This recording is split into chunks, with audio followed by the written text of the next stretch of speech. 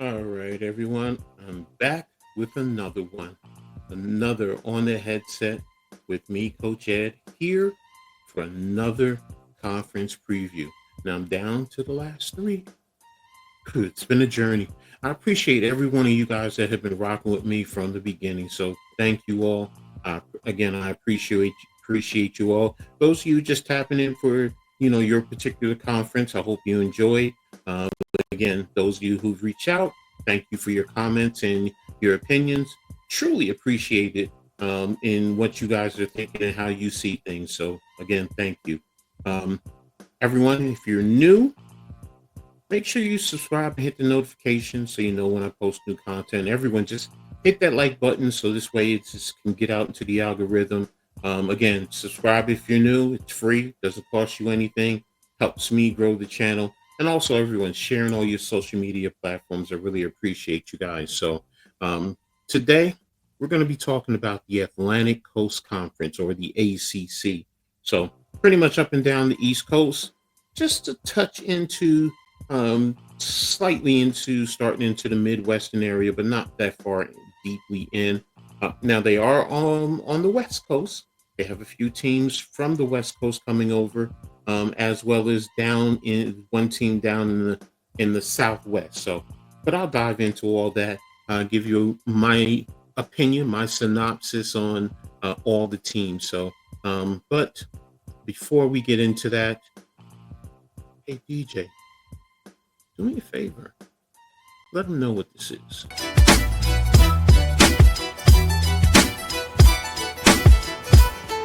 On the field we grind, every play's a statement. Coach Ed on the headset, leading like a champion. Games on blast, yeah, we talking all the scores. From the stands to the couch, it's college football wars.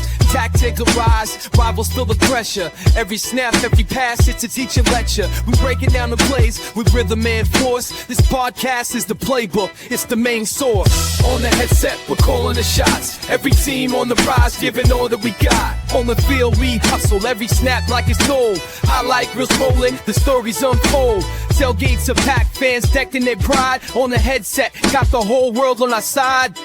From the kickoff to the final drop, Coach Ed's breaking down how we thrive. Every week, every game, we're turning the tide. On the headset, where the passion won't hide. Let's talk stats, let's break it down. Championship dreams, we're wearing that crown. From the big wins to the heartbreaking loss. On the headset, we're here, no matter the cost. All right. Thanks a lot, DJ. I appreciate your helping me out there. So, but yeah, like I said, we're going to talk about the Atlantic Coast Conference. A lot going on. There's some things going on, something new in the conference. Touch on that too. So, but the conference, the construction of the conference is, Boston College, Cal, Clemson, Duke, Florida State, Georgia Tech, Louisville, Miami, Wake Forest, Virginia Tech, Virginia, Syracuse, Stanford, SMU, Pitt, North Carolina State. Those are the teams in the conference. There's 17 teams. I know usually most conferences are even, but this one is not. So we don't know, in this day and age with conference realignment, you don't know if you're adding someone or someone is leaving. So, with that being said, last year, the final standings, you actually had the 17s breakdown as follows. You actually had Florida State, Stanford, California, Virginia, North Carolina State, North Carolina, Pitt, Virginia Tech, I said Virginia already. Boston College, Georgia Tech, Louisville, Duke, Syracuse, Miami, Clemson, and SMU. So that's how the standings bore out last year. Pretty, it's a conference that, can be close to balance, but sometimes you do have some of the top teams stay out in the top area. Usually you have Clemson, Miami, Florida State on occasion is usually up there, but again, it is strong at the top, and then you have your middle of the pack, and then you have your lower end in terms of the. And I forgot to mention Wake Forest was in 17 last year. I do apologize about that. I forgot to include them. Sorry about that. But with that being said, let's dive into the teams as it is right now. So coming in at number 17 is actually those Demon Deacons of Wake Forest. Uh, they have 34 returning lettermen, 11 starters. New coach Jake Dikeck inherits churn and answered with volume in the portal. Expect a defense-first identity while the offense sorts a quarterback battle, Robbie Ashford and Deshaun Purdy, and leans on running back Desmond Claiborne's proven production. If the rebuilt offensive line communicates early, Wake can be plucky. If not, the defense must carry September. This is a transition year with upset juice built around the run game, field position, and pass rush stunts. So there you have it. Coming in at number 17 is Wake Forest. Next up is 16, the Cardinals of Stanford. 75 returning lettermen, 14 returning starters. Amid staff and roster turnover, Stanford's clearest star is cornerback Colin Wright, a legit all-league corner who lets the defense be aggressive. Offensively, tight end Sam Roush is a matchup piece, and the portal infused needed depth at quarterback and wide receiver. The early path is complementary football. Few possessions, lean on the defense, and hunt explosive off-heavy play action. If the line holds, the Cardinal can scrap into bowl range while the young skills grow. Coming in next at number 15, the Bears of California. 23 returning lettermen, 14 returning starters. Cal's identity skews defense first under Justin Wilcox, and Cade Uve is the heartbeat at linebacker. Offensively, the Bears reshuffled after quarterback departures.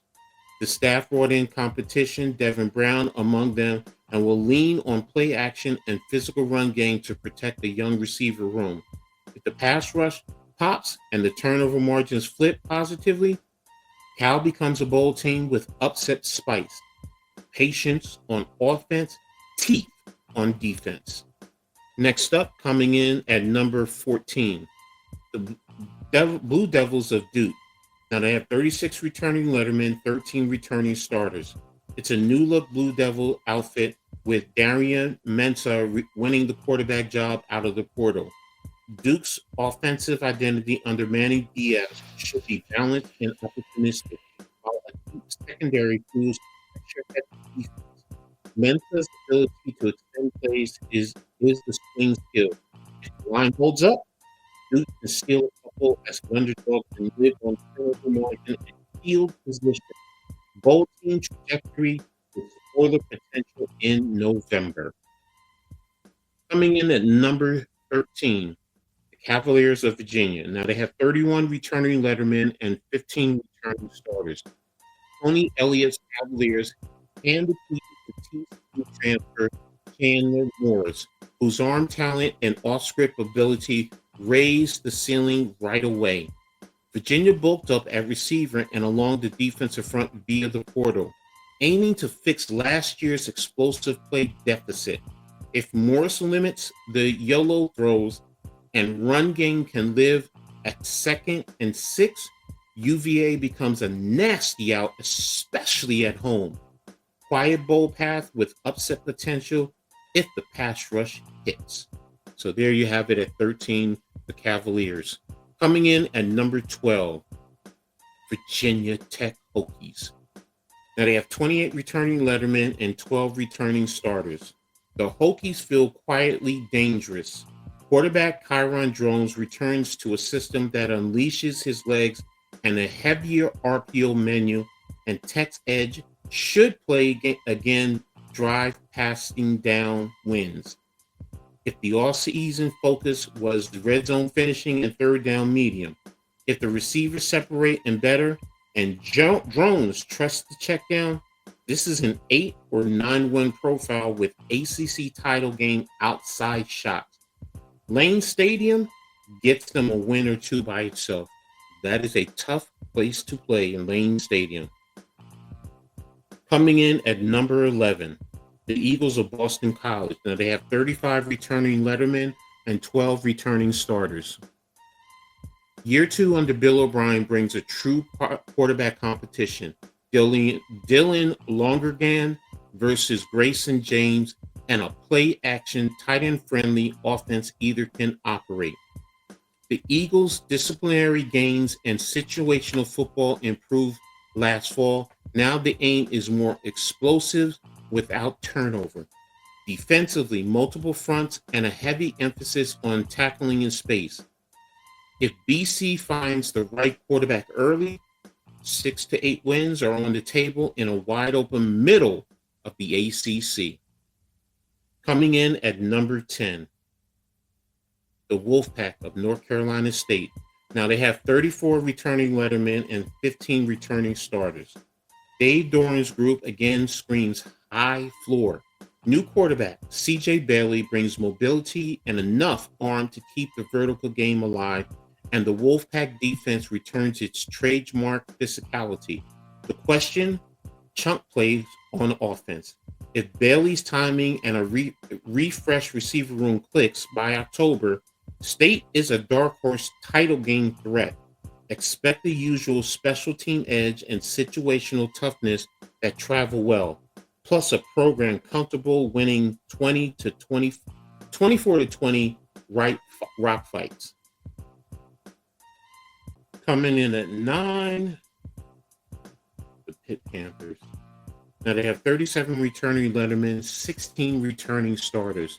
Pat Narduzzi's up the offensive ceiling with Alabama transfer quarterback Eli Holstein and adding FCS All-American running back Desmond Reed, giving the Panthers an instant home run hitter.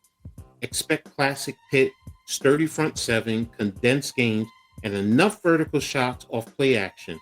If the new tackles settle early, Pitt's offense will be more explosive than last year's group, and the defense should do the rest in those tight fourth quarter scripts. Coming in at number 8, the Orange of Syracuse. Now they have 57 returning lettermen and 8 returning starters. Fran Brown just tabbed Notre Dame transfer Stephen Jelly as quarterback 1, signaling a pro-style passing game with shots layered off the run. The Orange defense attacked the portal to get longer at cornerback and faster at linebacker. And special teams should again be a weapon. If Angeli stacks routine plays and the line protects on 3rd and long, Hughes can chase 8 wins with a couple of big stage upset looks. Clear step forward vibes in year 2. Coming in at number 7, from the bottom last year to the middle, Florida State. Now, the Seminoles have 39 returning lettermen and 16 returning starters. Mike Norvell retooled fast again. BC transfer Thomas Castellanos gives the Noles a dynamic, true dual threat at quarterback, and FCU's portal work stopped the skill spots again. It stopped the school skill spots and the secondary. If the rebuilt offensive line gels, they've got ACC title upside, especially with a defense that should fly around like last year's unit. Castellanos' legs change the map on 3rd down and in the red zone, and the staff is bullish he can be efficient enough to throw to complement the run game. Coming in at number 6, the Tar Heels of North Carolina. The headline is the sideline. Bill Belichick takes over in Chapel Hill, and you can expect a tougher, complementary football identity. UNC's portal class skewed defense to fix explosive plays allowed, while the offense shifted towards efficiency and field position over tempo. The Tar Heels won't mind grinding out wins if the front 7 takes a step. Circle veteran DBs and linebackers as tone setters in a scheme that should maximize fundamentals and shorten games. The Belichick effect is real. Coming in at number 5, the Yellow Jackets of Georgia Tech. Now they have 37 returning lettermen and 14 returning starters. Brent Key's build has real momentum. Will quarterback Haynes King quarterback Haynes King back and running back Jamal Haynes, a proven chain mover, Tech's offense can stress you horizontally and vertically.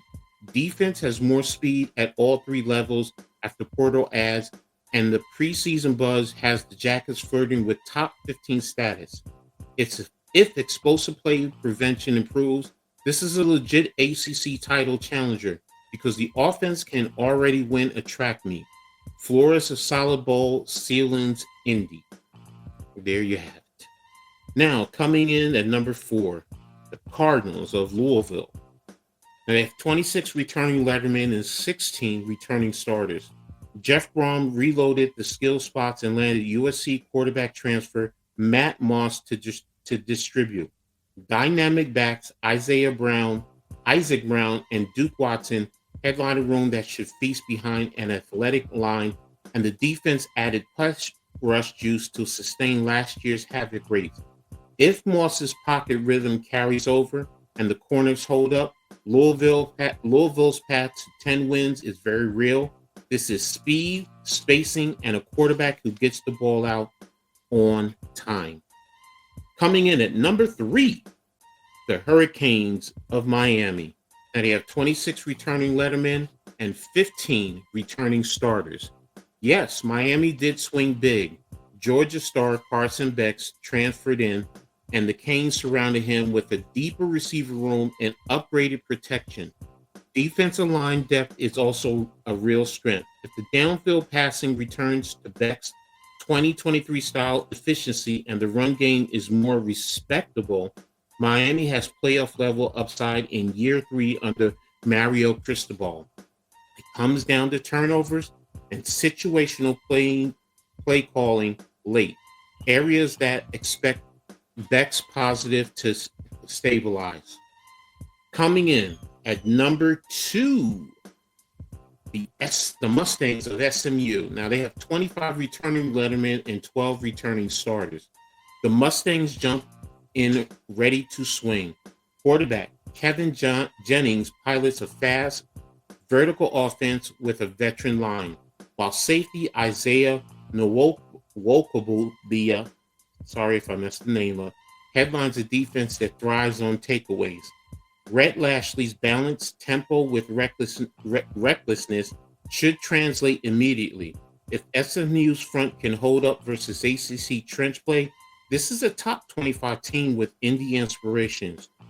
Jennings' calm is in late game 2-minute situation is a specter here. And coming in at number 1, Tigers of Clemson. 68 returning lettermen, 17 returning starters. Clemson looks like the ACC's most complete roster again. Cade Klubnik returns to pilot an offense that needs clearer red zone execution, while a nasty front headlined by breakout edge TJ Parker and DT Peter Woods should keep the Tigers in every game. The schedule sets up for a New Year's 6 push if the receivers hit. This is a defense-first contender with a veteran quarterback who's already won big games, and the preseason media agree Clemson's the team to beat. So there you have it. My breakdown of the ACC. Wake Forest at 17, Stanford 16, California 15, Duke at 14, 13 Virginia, 12 Virginia Tech, 11 Boston College, 10 NC State, 9 Pitt, 8 Syracuse, 7 Florida State, 6 North Carolina, 5 Georgia Tech, 4 Louisville, 3 Miami, 2 SMU, and 1 Clemson. You guys, let me know what you think in the chat. Definitely would love to hear what you think. So there you have it. My ACC breakdown. So I'm going to get out of here because we got 2 left to get to. 2. College football's here, bro. It's here. All right. We'll talk more later. So everyone, have a great one, and I'll talk to you guys soon. Peace.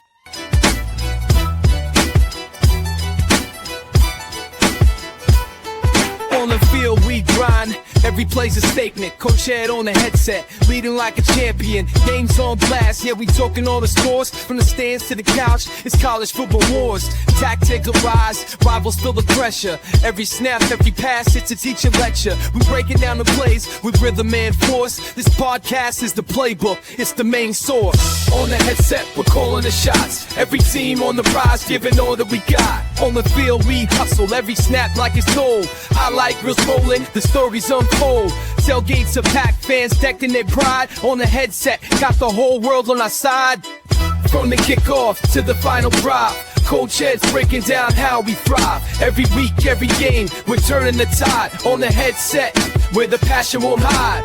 Let's talk stats, let's break it down. Championship dreams, we're wearing that crown. From the big wins to the heartbreaking loss. On the headset, we're here, no matter the cost.